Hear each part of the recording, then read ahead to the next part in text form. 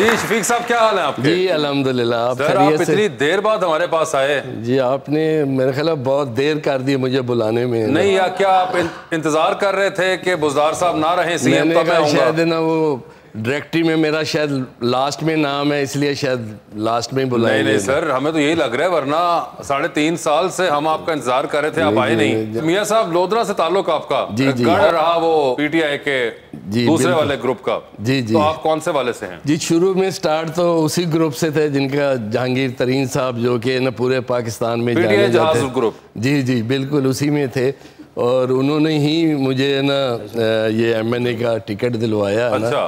क्योंकि जब उनका बेटा अली तरीन है ना हार गया, तो फिर उनके पास शायद मैं ही एक चॉइस था, तो उन्होंने मुझे कहा कि जी आप है ना ये MNA का इलेक्शन लड़े हैं ना। तो फिर वहाँ से मैंने फिर स्टार्ट लिया। वैसे तो मैं 2008 में MPA था ना 13 तक है ना, और फिर 13 में भी मैं कंटेस्ट किया, लेकिन वो मैं इलेक्शन हार गया। फिर 18 से फिर 22 फिर एज ए MNA। सर, अब आप कौन से उनके साथ हैं? स्टार्ट तो आपने तरीन साहब के साथ लिया इस MNA टेन्योर का। सबसे पहले मेरा इख्तिलाफ भी तरीन साहब से ही हुआ। अच्छा। और जिसके ऊपर मैंने अपने लीडर को इमरान खान को कोई साल पहले है ना उनको मैंने इस्तीफा दे दिया था। उन्होंने ना ATM देता तो चलिया नहीं। इस्तीफा ही दे दिया था? मैंने इस्तीफा दे दिया था जी, कि मैंने कहा कि आप ना उनके बेटे अली तरीन को दे दें ना, और मैं उनको सपोर्ट भी करूंगा, उनके साथ भी है ना इलेक्शन लड़ूंगा। क्योंकि मेरे उनसे थोड़ा इख्तलाफ थे कि वो अपने जो उनके वहाँ पर मुलाजमीन थे वो उनके ज़रिए सारा काम लेना चाहते थे, करना चाहते थे ब्यूरोक्रेसी से जहाँ पर है ना। तो मैंने कहा मैं यूज़लेस हूँ ना वहाँ पे है ना, तो फॉर दैट रीज़न मैंने फिर इस्तीफ़ा दे दिया।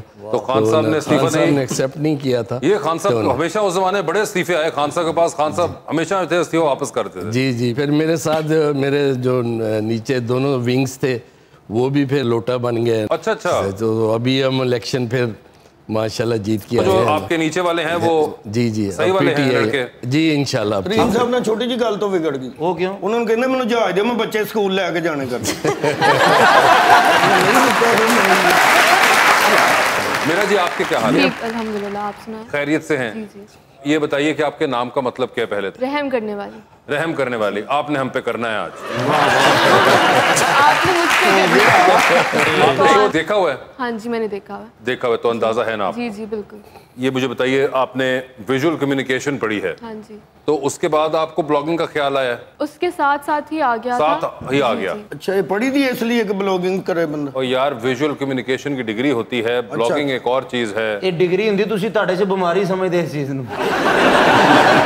आप प्लीज उनको बताइए विजुअल कम्युनिकेशन क्या है? इट्स लाइक ग्राफिक डिजाइनिंग, आपको पता है? हाँ जी हाँ जी। सानू विजुअल कम्युनिकेशन ਦਾ ਨਹੀਂ ਪਤਾ ਤੇ ਐਡਵਾਂਸ ਕਰ ਦਿਓ। ਅੱਗੇ ਤੁਸੀਂ ਗ੍ਰਾਫਿक्स ਪਾ ਲਿਆ ਕੋ ਪਤਾ। Graphics he graphics. In simple words, it's like graphic designing, लेकिन it's called visual communication design. अच्छा अच्छा अच्छा। अब मैं उर्दू में क्या बताऊं? ग्राफिक्स को उर्दू में क्या कहते हैं? ਤੁਸੀਂ ਰਕਸ਼ੇ ਵਾਲੇ ਨਾਲ ਪੰਜਾਬੀ ਚ ਬਹਿਸ ਕਰਦੇ ਜੇ ਇੱਥੇ ਤੁਹਾਡੀ ਅੰਗਰੇਜ਼ੀ ਚੜੀ ਹੈ। आपको समझा रही है ग्राफिक्स, वो जिस तरह के आप लोग बनाते नहीं है पोस्टर, है ना, एनिमेशंस वगैरह, वो जो चीजें होती हैं वो ग्राफिक्स का हिस्सा होती हैं। अच्छा, फ्लेक्स ना काम कर दे यार कौन लोग हैं? ये वो वाले पोस्टर है जिसको आप बना के। अच्छा अच्छा, ना बिकने वाला ना झुकने वाला, चौधरी नवाज चौधरी मुस्तफा। बहुत आसान लफ्जों में यही हो सकता है कि ये वो भी पोस्टर जो होते हैं वो ग्राफिक्स का ही काम होते हैं। मगर उसके दरमियान में आपको ब्लॉगिंग का ख्याल आ गया था। Have you decided that you are going to be just in blogging, या आप कोई और अपनी डिग्री को उस तरफ से भी यूज करना चाहिए? नहीं, I don't think I will pursue my degree like that. मैं अभी सिर्फ ब्लॉगिंग और मॉडलिंग तक ही रहूंगी। अच्छा, और घर वाले कुछ नहीं कहते कि तुमने इतना पढ़ा है क्यों नहीं कर रही, वो डिग्री को इस्तेमाल करो? देखिए, बहुत से लोग हैं जो अपनी डिग्री उनकी कुछ और होती है लेकिन वो कुछ नहीं, और वो कर तो रहे हमारे पाकिस्तानियों का आम एक जनरल मसला है कि हम हमेशा डिग्री कोई और करते हैं और काम को और करना चाहते हैं।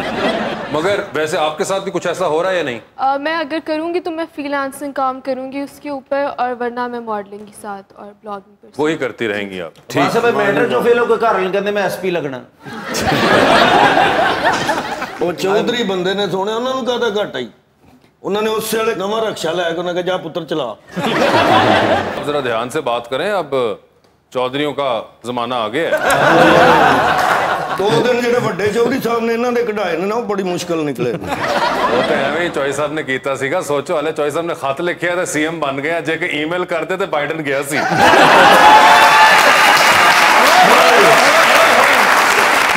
बड़े अजीब से वक्त से नहीं गुजर रहे सर हम, है ना शफीक साहब? ये पहले नहीं देखे कोई होंगे शक ऐसे। नहीं है जी, है ना।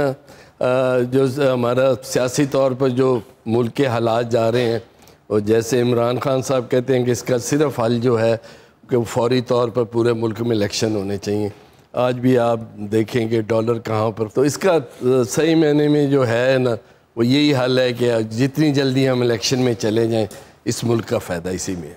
मगर सर ये जो सब कुछ हुआ है जब से स्टार्ट हुआ नेशनल असेंबली से काम, ये कुछ ऐसी चीजें नहीं थी जो हमने इससे आज से पहले ना सुनी हुई थी ना देखी हुई थी, कि इस तरीके से भी हो सकता है कि ये इधर 2 वोट गए, ये इधर ये हुआ, फलां का खत आ गया, फलां ने इस्तीफा दे दिया, सब उठ के चले गए। कुछ अजीब ही एक माहौल नहीं बन गया? ये मुल्क जो है ये एक है ना लैब ही है ना, तजर्बा गाह है ना, हर वक्त जो है कोई ना कोई तजर्बा चल रहा है इस मुल्क के अंदर, है ना। और इस मुल्क की जो तबाही का बहस बन रहे हैं वो ये अनसर्टनिटी है और कोई वजह नहीं है। सर अगर खान साहब वापस आ जाते हैं तो डॉलर मसलन आप आ जाती है आपकी गवर्नमेंट वफाक में भी, तो डॉलर कैसे नीचे ले गए? तरीका सानू भी दसो। थल्ले रख के उत्ते बह जाएंगे, कहेंगे डॉलर नीचे आ गया।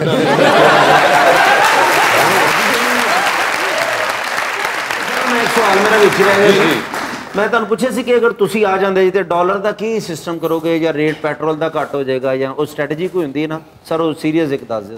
देखो जी इनू असी कहिए कि भाई फौरी तौर दे कोई ऐसा अलादीन दा चिराग तो नहीं कि जिंदे नाल काम होना है ना।